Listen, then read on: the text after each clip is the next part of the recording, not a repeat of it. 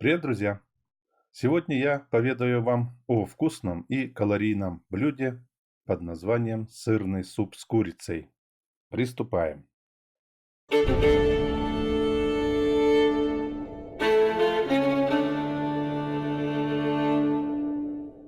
Для приготовления супа понадобится отварное куриное мясо, картошка, макароны, сладкий перец, морковка, лук, плавленый сырок, как один из основных компонентов, зубчик чеснока, лаврового листа, пару штук, соль и перец по вкусу. Это количество, которое у меня написано здесь, рассчитано на 2,5 литра куриного бульона. Приготовление сырного супа я начал с отваривания домашней курицы в 3 литрах воды. Таким образом я получаю сразу два ингредиента. Это основа: бульон куриный и куриное мясо отварное, которого я возьму 200 граммов. Курица уже сварилась, я нарезаю кубиками картофель и отправляю его в бульон. И пока картофель варится, я приступаю к приготовлению зажарки. Для этого нарезаю мелким кубиком одну луковицу репчатого лука, разогреваю сковороду с подсолнечным маслом и кладу туда лук. Пока лук пассируется, я натираю на средней терке одну морковку и нарезаю мелким кубиком болгарский перец, или полукольцами, четвертькольцами, как угодно можно назвать этот способ нарезки. К зажарке я добавляю 50 граммов сливочного масла, довожу лук до готовности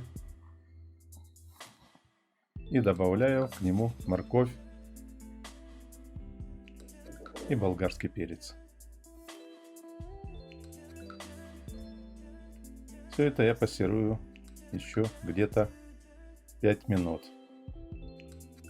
Пока овощи пассируются, я мелко нарезаю зубчик чеснока и тоже отправляю его к овощам для того, чтобы получить дополнительный аромат чесночный.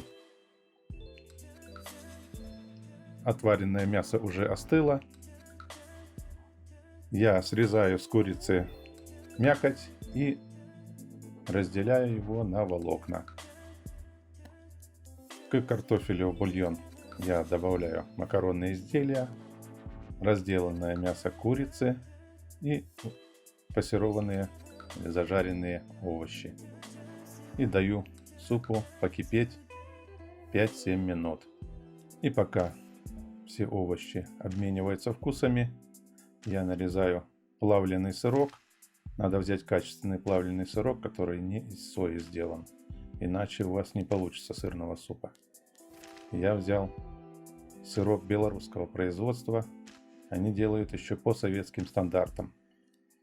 На мелкие кубики делю и добавляю тоже его в суп, для того, чтобы сырок в нем растворился и дал свой вкус и цвет этому супу. И на этом этапе можно проверить на соль. В случае, если суп недосолен, то надо добавить соль. Кладу сюда буквально на 2 минуты лавровый лист, и через 2 минуты я достаю его. Практически суп готов. Надо дать ему немного настояться. Подписывайтесь на мой канал, жмите на колокольчик, чтобы не пропустить новые ролики. Ставьте лайки, пишите комментарии, делитесь ссылками с друзьями в социальных сетях и мессенджерах. И до новых встреч!